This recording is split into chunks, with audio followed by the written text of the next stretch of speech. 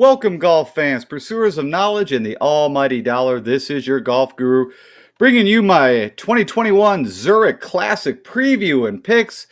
And I thank you first off for stopping by. And honestly, I did not plan on doing a show in this kind of format. I was planning on maybe doing a betting show, but then found out yesterday, of course, that Fantasy DraftKings is going to have a DFS, contest, multiple contest. I was kind of shocked by that. So I'm kind of doing both. I'm going to do a preview. I'm going to do the picks. We're going to do a recap of the RBC. And I thank you for stopping by. Give me a few minutes. It's probably going to take a little longer than usual. I would guess like 40, 45 minutes. I can get through all this information for you and hopefully help you guys out coming up here from your betting perspective and also from a DFS perspective. All right, let's get into this. All right, first thing, let's recap the RBC Heritage. I actually, some of you guys even kind of pinged me on this, had a kind of an exciting weekend. So I had only put 13 teams in the large GPP 200K tournament. As I mentioned to you guys multiple times, and I'll keep telling you this, it's a bit like the lotto. No matter how much you think you know or what you're doing, it's very hard unless, even if you max entries. So there was like, if I believe off the top of my head, 63,000 entries into this thing. Of course, you can put up to a max 150. As I mentioned, very rare. I usually 10 to 20 is kind of where I fall on these, just depending on the tournament. For whatever odd reason, I ended up on 13. And coming into Saturday morning or into Friday, I was in second place, which I said a few guys noticed. And just said, hey, it's all going to come down. At that time, I thought to Griot and Hoagie, if I won this thing or not, or at least stayed up there in the top 5. Of course, with that said, by end of Sunday, at the end of the tournament, the two guys that I thought would not have a problem kind of fell apart, and the other guys did fine. And of course, that was Morikawa and Will Z. Now, Will Zalatoris, we could say, from the Masters and so much golf, but if you guys remember, I mentioned in the last show when I was doing the RBC, what was very odd or interesting about Will Z is the only time that he's not had like a top 20 or better has been on short courses. And I don't remember the two off top, but one for sure was at AT&T. I believe he ended up like 50 in the 50s. And then maybe the other was RSM or something like that, but it was a short course. And it's the only two times it just kind of stuck out as outliers. So I told you guys I was picking him, but I was a little hesitant. Neither here or there. I mean, he did all right. It just would have really helped if he would have shot better than +2 for the weekend. And then Morikawa, the putter just came back to haunt us. I mean, on the second hole, if you recall, if you watched the tournament, he birdied the first hole on Sunday, came out on the, easiest par 5, which literally could have hit a 7-iron, I think 3 times and could have birdied the hole. And I caught the end of it. And what I saw was it looked like he had a pretty short birdie putt, missed that. And then for his par putt, he had like a 2 or 3 footer, missed that. And then it seemed like after that, away he went downhill, and then he had to get aggressive on the I think it's like number 14, that short par 3 with the water. Oh, not short, but with the water, he went right at the flag. Funny enough, HV3 did too. His hit bounced to the left, Morikawa hit bounced to the right into the water, and that was pretty much game over. So neither here or there. I still for what I had in it did well, and then also, as I typically tell you guys, I typically make my money in larger single entry events, showdowns. I recommend that. But if you are, doing this casually and you're just putting in, like $20 total and playing, that's awesome too. Definitely stick with my picks. The team, we're doing well. But I just wanted to give you guys that information. Okay, let's go jump in just to break down the shot gain, stroke gain analysis. Again, I always mix those up. And just so you guys can see, because we do have quite a few guys that are going to be playing in this match play event, also that played at RBC. And there is some correlation, and I'll talk to about, guys coming in our recent form, because we're going to have to do this a little different, as I mentioned. Okay, let's go look at some analysis at the RBC. Okay, so as typical, what I've done is you're looking at all the stroke gain analysis for the whole tournament. And what I highlighted here, I just thought was interesting, and I mentioned this too, that this is a tournament from a betting perspective that you can do well. I mean, it's the guys with the higher odds that tend to place well. And, Stuart Sink, he was on my sleeper show. He was not my top 5 sleepers, but I spent a little bit of time talking about Stuart Sink. Thought he could do very well here. Like I said, he led the tee or led the whole field on good drives. He was the number one. That put me on him. Like I said, I thought he was definitely someone that could do well. I didn't pick him as as I said, as my top five. But anyways, awesome for Stewart Cink. Never thought I would be saying that the two guys that have two wins in the super season would be Bryson DeChambeau and Stewart Cink. But that is the reality we are living in. And crazy, to go out, shoot 63. And then really, he played smart. He didn't have to really accomplish much in the next two rounds. Just hold steady, let the other guys try to chase, and there you go. Of course, he led tee to green and shot gain total. If you want to know who led off the tee, funny enough, was Dustin Johnson, and he was completely kind of off my radar for the weekend. I watched him, and I faded him, right? Told him, I was going to fade him, most expensive player. And also, I just know his track record here. I've watched him multiple times at this course, and he came out kind of doing what I thought. It was 1 under, then had a nice round on Friday, and then, again, nothing really on Saturday, and then had a great round shooting a 66 on Sunday. And funny enough, the winner of the large 200K GPP actually had DJ as the number one player in, which, again, kind of shocking. And then I think it was like Fitzpatrick, and then I don't know who the rest. But, that was the guys, HV3 and Fitzpatrick that kind of made the moves, and even Kirk on Sunday that, moved my guys like Corey Connors a little bit down. Of course, Morikawa, and then Will Z just, he was just falling. I think he ended up, like I said, like in the 40th. So, okay, enough about that. On approach, you got Russ Henley, who, from a showdown perspective, I kept riding. Had a good Saturday, Sunday, made me some money in the showdown stuff. And again, at one time, I think he was losing like 4 or 5 strokes putting, which is just very odd because Russ Henley is usually a pretty good putter on Bermuda. So I knew that, at some point they had to come around. Even Rory Sabatini, just as a total side note, did really well tee to green. Was losing on, Thursday, Friday, some major strokes putting.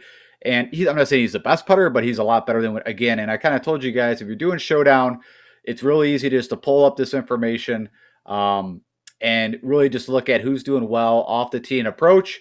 And literally the simplest way is just who's leading tee to green, but losing on putting. And if you know that they're a better putter than what's showing, then there you go. And then the total flip of that would be Griot, where at one time he was gaining almost over 3 strokes. I think on Saturday, the analytics were saying, he was gaining 3 strokes putting and doing what he typically does, good tee to green. So, of course, hence why, Griot actually ended up where he did. And then from a putting perspective, who led? Let's see. Oh, Poulter, which is amazing because the only thing Poulter, as you can see, did well was putting. He was terrible tee to green and around the green. And then around the green, which, like I said, I always think this stat really doesn't mean a lot to me. It just means you're missing greens. Was Snedeker for around the green. Trying to think if there was anything else. I guess the other note that I just would state, if you saw that Siwoo Kim, where he, had the chip, sat on the edge, and as he was walking up Matt Kuchar, and then they saw that the ball was still kind of moving, and then literally it dropped in, but the whole they were past the 10 seconds allotted, and he did not get the birdie. They had to take the extra, and that blew my mind. I get the time limit and why that is, but that if the ball is still in motion during that time limit, or like oscillating a little bit back and forth, that they didn't give him the birdie. So anyways, just that was kind of crazy. I don't know if there was anything else. I also was fading Webb, and that was looking pretty good. You see that, he made the cut barely, but had a crazy Saturday, and I was shocked on Sunday that he didn't come out and also perform better. CH3, was a great tournament for him. He was leading tee to green on the opening day, and like the putter. So I was looking at him, to play him on Friday, but really didn't. I think I ended up not. One I will make a note too, and I'm sure I'll think of this, but just in case I don't, Danny Willett and Terrell Hatton actually got to play together. I believe it was on Saturday, and did okay. I think Danny Willett actually had a pretty good round. I don't think Hatton did. Hatton had a good Sunday. But I'm just bringing that up because these guys are playing together in this upcoming Zurich Classic as teammates, and they are good friends. And that is, I'm just bringing it up as that is an intangible. And that's the whole thing about this event that's going to be coming up, is trying to figure out the intangibles, and we'll touch a little more about that. So let's go as a good segue, let's go jump in and start talking about the Zurich Classic. Okay, so quick, let's go a little course breakdown, a little information about what this tournament is all about. So, of course, we're heading to New Orleans, actually Avondale, Louisiana, where they'll be playing at TPC, Louisiana. This course opened in 2004, and this event used to be just individual, just a regular individual team event, or I'm sorry, a regular individual event that we're used to watching. In 2017, they converted it over to a team event. And I think they did that because I don't think viewership was in all that was doing that well. And since then, it's actually picked up. It's, people are watching a little more because it's unique, right? I think even before this, there was only one team event on the PGA Tour. And it was like a Disney event, and that was a while ago. Of course, as you probably heard in multiple places, we were at another Pete Dye course. You see quite a few of these during this time. Of course, we saw some in Florida, just left one in South Carolina, and now in Louisiana, we're playing another Pete Dye. And I think we might have, we're Kiowa coming up in the PGA as a Pete Dye course. So right after, of course, Rahm and Ryan Palmer won in 2019. Like the next day or so, they started ripping up the course to put down a different Bermuda. Before it was kind of a hybrid, but literally the Bermuda and the fairways in the rough is the exact same grass they have at TPC. It's like that Tiff Eagle Bermuda. And that all happened in 2019, so they dumped like $2 million into the course. It is a par 72. Lot, 400 yards more from a distance perspective than what we just saw at RBC, so a little longer. And just to give you an idea, the player field is 80 teams, a course of 2 men. That gives us 160 players. And top 35 teams get to make it on, and ties. And I actually waited till DraftKings put out the pricing to put this out just so we could have that. And so that worked out well. And also I had quite a bit of work to do considering I didn't start this till today. Historical cut line, if you look over the past 3 years that this event has been a team event, it's been, actually I think starting 2017, it was -5, 2018, it was -6, and 2019 it was -7. Did not have this tournament, of course, due to the COVID shutdown. So there was nothing in 2020. And winning score averaged somewhere between 22 to 27 under. So, of course, it's a team event, and, there is some scoring to be had here. And to give you an idea how this works, on Thursday and Saturday, they do best ball. And if you don't understand best ball, simply put, both guys play their own ball, and whoever has the best score at the end of the hole, they take it. So if you shoot a bogey and I shoot a par, of course, we are going to take the par. And that happens on Thursday and Saturday.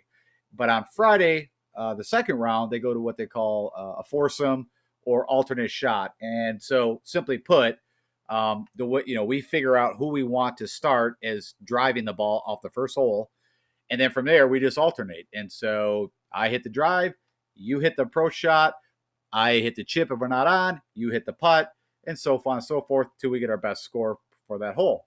And that's alternate shot. And that happens on Friday and Sunday. And so a lot of things start to come into play here.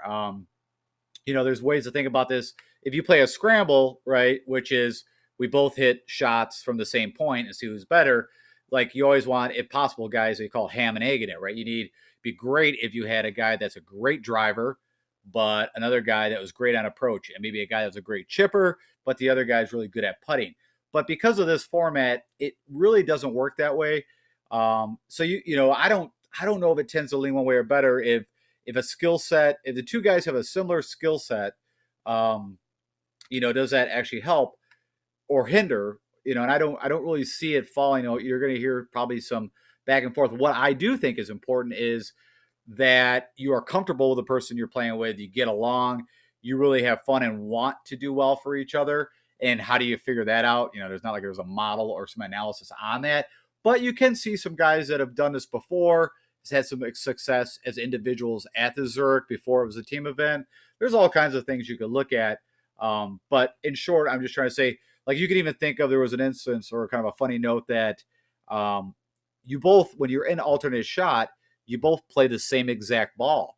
Well, maybe you use a different compression, maybe use a yellow ball, like who knows? And so you got to come to kind of figure that out, and hence, get along with each other to come to that.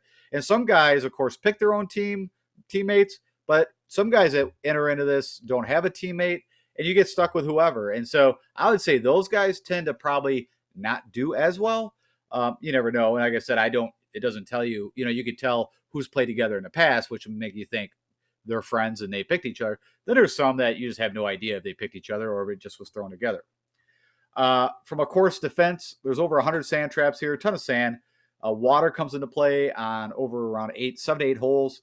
Wind can definitely be a factor here. Weather has shown up multiple times. Of course, they're off the Gulf of Mexico. And so, that's something we have to keep an eye on. I know like last year they had to shut it down for a day and, so there was delays and whatnot.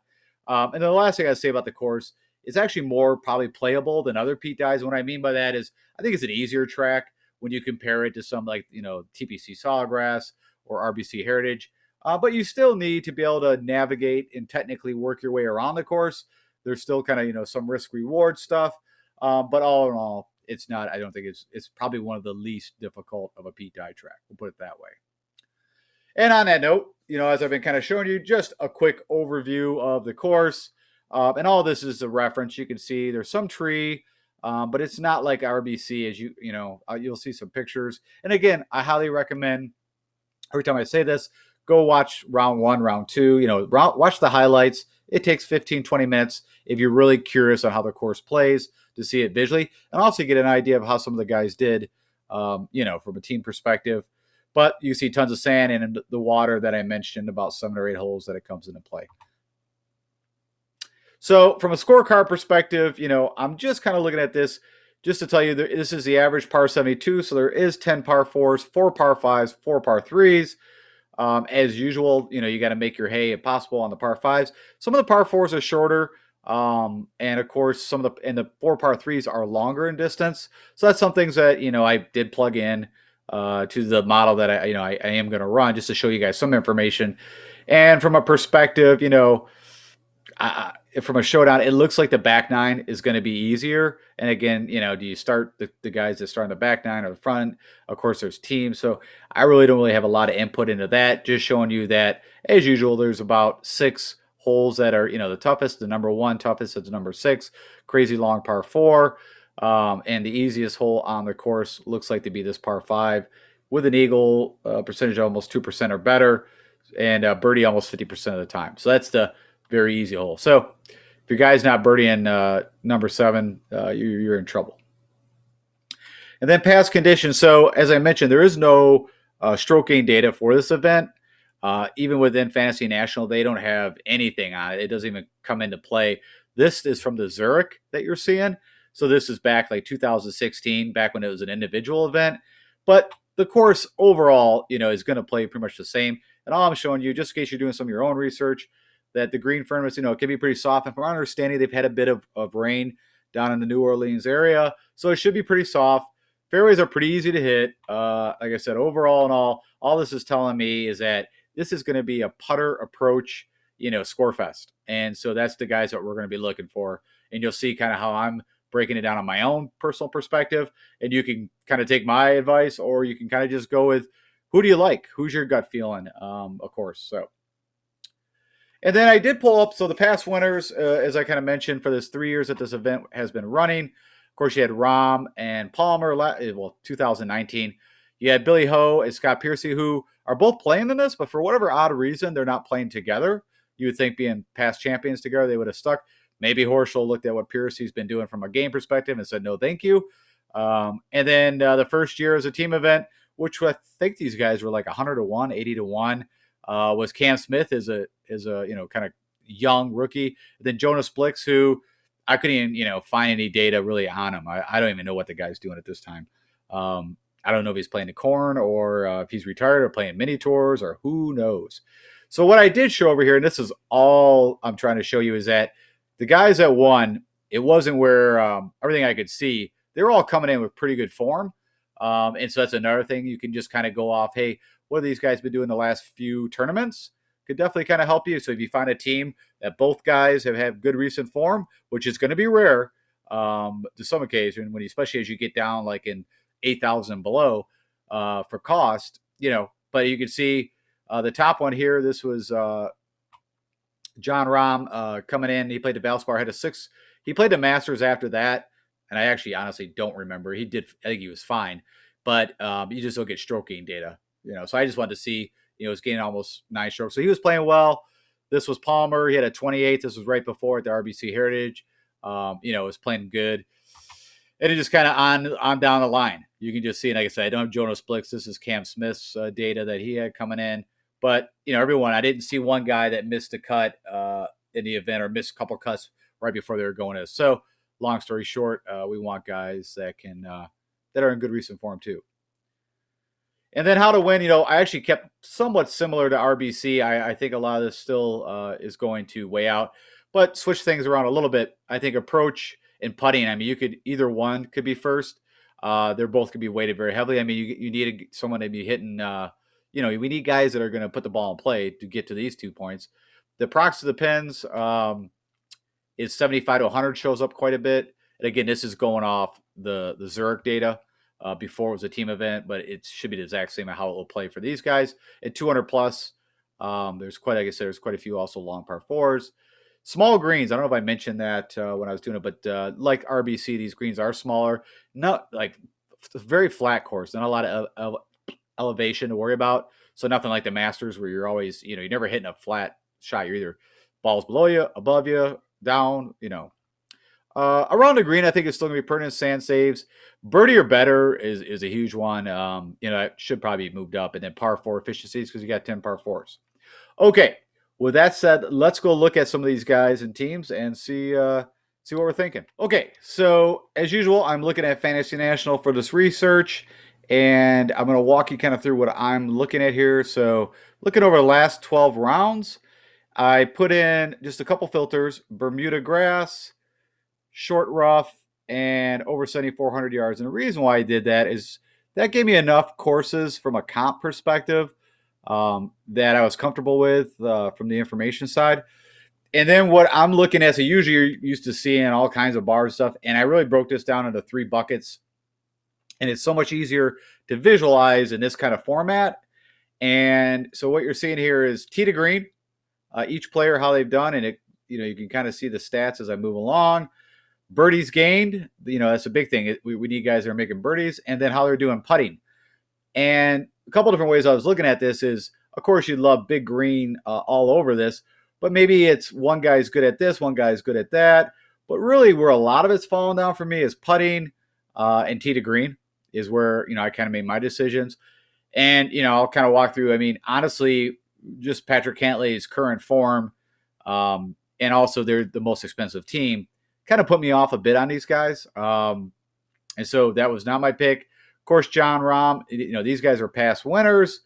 But, if you look at the putting for both of these guys over the last 12 rounds has been kind of, falling apart a bit. And so for that, I kind of waived them. Morikawa, the same thing. He's just so often. You could literally see this. It's like tournament by tournament where, I win at concession, WGC, I can't make a putt. And then, I'm putting, and then I can't make a putt recently. What just happened at RBC. And then he's with Matthew Wolff. Now, if this was a scramble, 4-day scramble event, I'd be all over this team because I think these guys could complement each other for sure. If they both got to hit each shot, no problem. But knowing that there's alternate shot in here and how bad Matthew Wolff has been all over the lot, and there's no way you can work it out where it's like, okay, Morikawa is going to drive every time, and then Wolff gets hit to pro. It just doesn't work that way. It's going to rotate where you're going to be doing all skill sets. So, and then also, when you look at the best ball approach, if it's every time we're taking Morikawa's number, I'm not saying that would be that way every time, but when a lot more weight is put on one guy other than the other, I couldn't go. Now, and even from a betting perspective with these guys is not that great, but from an odds perspective, and I'll pull the odds up before we get off at the end of this. We can just talk about, I'll tell you who I'm betting and you guys make your own decision from there. Okay. So the team that I do like is Cameron Smith and Mark Leishman. And you're going to notice the main reason why is over here. These guys are both putting the lights off. You can see birdie gain, they're both in the green towards the end. And then of course, Cameron has been playing great tee to green. Mark Leishman, not the best, but he's also, he played well at the Masters. So better, decent recent form.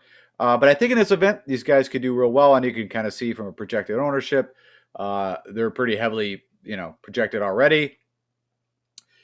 Bubba Watson, Scotty Scheffler. You know, this isn't a terrible. I think Bubba Watson in a team environment is always a good thing. But yeah, just Bubba's kind of putting, and also Scotty. I mean, you know, just from my perspective, you look at Finau and Champ. Now these guys have a very similar game. I mean, if you think about it, I always thought Cameron Champ is probably a poor man's Finau. But funny enough, Cameron Champ's actually won 2 tournaments, and Finau's won once, if you want to count the PRO. But you know, anyways, I just don't. I'm not a fan of this here. Both of them are just not good putters. Billy Hole and Sam Burns. Now, even though you see quite a bit of red here, it took me a while to kind of come to this conclusion because, you know, I know Sam Burns typically. Now, this is recent, but typically he's a really good putter on Bermuda. You know, and had a pretty good showing at RBC for Sam Burns. And Billy Ho, you know, has been in good form too. And I just think Billy Ho, just like the match events and team events, I think this is something he thrives in. But ultimately, I came down, and again, I don't know why that's not on, came down to Danny Willett and Terrell Hatton for me. And a bit of it is what I just kind of mentioned was these guys are really good friends. European guys love, in my own opinion, from the Ryder Cup kind of thing, love team events. I think together, you know, you can kind of see from the things that I'm looking at, they could really complement each other. I mean, Danny Willett's been putting very well. Terrell Hatton has been putting as well as he has, but he could be typically a really good putter on Bermuda. Hopefully he just, you know, kind of just starts out. I think he's been putting a bit of pressure on himself. Hence, you've been seeing a lot of the club throwing and everything going on with him. I think this event will be good for him. I think they'll have fun. And if they're having fun, Terrell Hatton's could be, you know, nuclear hot. So out of the 10,000 range, that's my team. Of course, Chris Kirk and Brandon Todd, both great putters. I think they're, you know, pretty similar game. You know, so that's interesting from that side. So back to the alternate shot. If the guy that you're playing with hits kind of the same distance shots, then you're kind of used to playing that kind of golf. To where if you had like a Bryson DeChambeau and I don't know, or in a Brendan Todd together, night and day what they typically do off the tee. So maybe, you know, what would be hitting irons in and stuff like that might not fit that well together. But these guys would be a pretty good pairing. Homa and Gooch also, you know, so it was tough. I was actually ended up with these two is in the 9,000 range is my kind of team. But, you know, it was between Homa and Gooch or Hovland and Ventura. And I'm just looking at, you know, if you look at how well Hovland has been doing from this perspective, so, and then from the putting perspective, you know, Ventura and just seems to kind of shine in these kind of events. You know, I think it could be a very interesting pairing. So I like those two. That's what I'm going with. But you could really, I think this is not bad here with Gooch and Homa. You know, both in pretty decent recent form. Of course, you got Grayson Varner, HV3. You know, just showed he's, you know, played really well at a Pete Dye course. I was waiting for him to fall apart and just not to go back and hinder on RBC. But if you saw this, I think it was the first hole. He actually, I think, drove it out of bounds, or his second shot was out of bounds, and ended up actually chipping in for par. Now, if he would have made a 7 there on his first hole, I think that would have just blew his whole round up, and he, you know, would have not have done what he did. The HV3 can be very, you know, streaky. Typically, he's a Thursday, Friday kind of guy that you want to play for like showdown. But typically he's a disaster come Sundays or Saturdays, like the weekend if he makes it. I've never really seen him do a whole lot on it. But, you know, he did. But it could be an interesting pairing here is all I'm getting to. Grace has been in good form. But just from a putting perspective, I'd like to have someone a little stronger. Hence, you know, these guys, Hovland and Ventura. I'm just going to kind of skip by these guys. Of course, you know, Rose and Stenson. Stenson's a disaster. Rose, you know, showed some really nice form, at least for a day or two at the Masters. Louis Schwartzel has done well in the past at this event, but it's just, again, I can't go with that one guy is going to be carrying quite a bit of the team, and the other guy is just, you know, all red and everything else I'm looking for. Keegan Bradley and Steele. You know, Steele has been playing good, and he's, you know, great with the putter. Of course, you've got Keegan who, you know, doesn't, but is elite tee to green. So that's kind of interesting. But actually where I ended up, and again, I don't know why that should be clicked, Thomas Peter and Tom Lewis. So Tom Lewis had a pretty good showing at RBC. Of course, you can see, you know, his putter is not where it needs to be, but Tom Peterson is an all-around player. I had to see what his data, I'm just checking. So some of this data for Thomas Peters is not on here, but he's been playing good golf in Europe, and I believe he had a decent showing at Corrales when he came over. So I'm interested in those guys. A little different. Same thing with Sunjay M. This is an interesting team too, where Sunjay M. of course fell apart at the Masters. He fell apart on Sunday, which shocked me at RBC. Again, he was somebody I thought would do very well on Sunday. Had a great Saturday, pretty much like Morikawa. I think they actually played together. And but long story short, you got Sunjay M. who's doing, is a good putter on Bermuda. You got Ben Wan, who typically is pretty decent tee to green. But from a putting perspective is a disaster. So when it comes down to Ben Wyann's got to make a putt, and he already stinks at it, and of course you're letting your teammate down when you keep missing, 8-footers, 6-footers, whatever. Just not sure how that's going to work out. So I'm kind of off those guys. This is an interesting pair, and I think this was just recent that these guys came out and got paired together. Joel Damon and Lanto Griffin. You got Damon who's coming off the win at Corrales. Lanto's been was in decent form. He's been kind of slumping a little bit, especially with the putter, where Lanto was going pretty nutty. But an interesting pair. Fratelli and Streelman. Now, funny enough, these guys both drive the ball pretty long, but they both do not putt that well usually. So this is where, they can't really compliment, but I've seen Fratelli, side note, Fratelli actually shot, I think, the low round of the 2020 RBC, shot a 62 there. I was waiting for him to have a crazy, he came out one day, I don't know, it was like Thursday, Friday, like birdie, eagle or something like that, and then did really nothing else the rest. I was waiting for him to have the 61, 62 round that typically Fratelli's good for, one round maybe out of per event. Glover, Reeve. Glover looks amazing, as you see, but Reeve has just been terrible. So again, I can't have just one guy. Scott Brown and Kisner, I think, for me, is very interesting. Why I'm going to pick those guys is that, A, they've done well in this event in the past, and so they play together in it, but also they're both just great putters. Not as concerned with this. I mean, again, it's not great, but, I'm just going kind of off of what I've seen in the past with these guys and that they're both good putters. So in this range, I like those guys best. I mean, you got Graham McDowell and Wallace, who's been playing well, but they both are not good putters. So I kind of faulted on them. This one should not be clicked.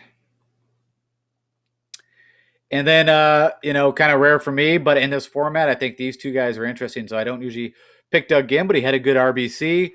Justin Saw, I think these guys, you kind of see they would be a good scramble pairing is, tee to green, you got Doug M, who, Justin Saw falls.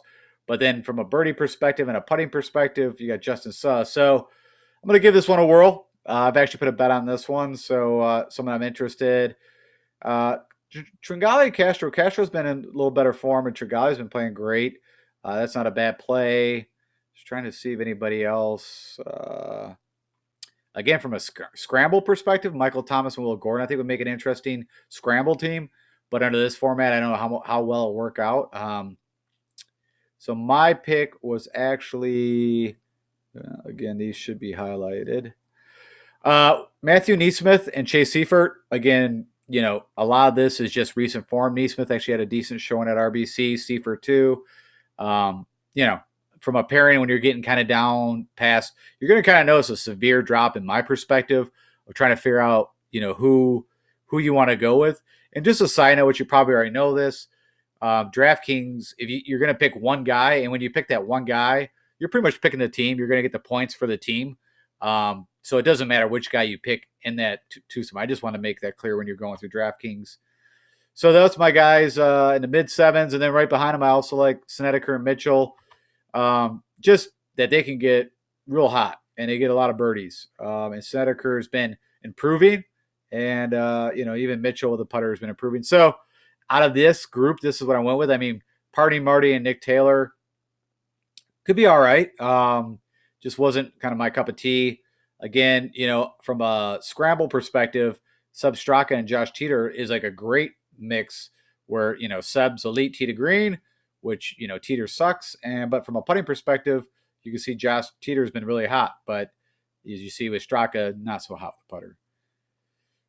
Richie and Uline, who's been doing well on the Corn Ferry. That's where a lot of that data is coming from, I believe. I guess some of it, I don't think I know they can pull Corn Ferry data. I'm not sure if that is or not. But Hoagie, the guy that I had, did well at RBC. And Bo Hosler could be interesting. Doc Redman, he was I don't know if I picked. I mentioned him as a sleeper, but I don't think he was a pick or my top 5 sleepers. And he was just a disaster. I think he shot. I could be totally wrong with this, but um, he shot quite a few over on Thursday. And I don't know how many. I think he ended up 10 over, but I think he shot like. I know he had a better Friday, but I was shocked to see what he shot there. I just know what's going on with Doc Redman's game, so I'm staying away from him with the 10-foot pole. Cage Lee and Kyle Stanley. Stanley showed pretty good form at RBC, which, good history there, has won there in the past, so not a shocker. Of course, you got Piercy, who, has won here in the past with Akshay Bhatia. That's an interesting one. I mean, I'm not sure how those two got stuck together, as I mentioned, but, it is what it is. Garnett and Stallings, not really my cup of tea. This is not bad. Hogarth and Taylor, they could be all right. Duncan and Shank, Shank had a good showing to some degree. I think he was like the third or fourth most birdies. He had a lot of bogeys, but he had a lot of birdies at RBC. And Tyler Duncan's been okay. Trying to see, so I ended up going with Andrew Putnam and Scott Harrington. And a lot of it is, of course, Putnam's putting. But you can kind of see they're doing a lot of things pretty well. Putnam's been in good form. Scott Harrington is just that guy. He's an enigma. Try to figure out. That guy will go out and shoot, as PGA pros can. But this guy, he's the most volatile I've ever seen. Where one day he'll shoot, 7 over, and then he can literally shoot 5 or 6 under the next. I mean, he's a tough one to figure out. So maybe together they'll be a pretty solid pair. Favorites later. All right. So in the 11,000 range, I'm going with Cam Smith, Mark Leishman. In the 10,000 range, going with Terrell Hatton, Danny Willett. In the upper nines, I'm going with Victor Hovland, Ken Ventura, or his son, Christoph Ventura. That kind of dates me. In the lower nines, I'm going with Thomas Peter, Tom Lewis. Upper eights, Scott Brown, Kevin Kisner. Lower eights, Doug Gim, Justin Suh.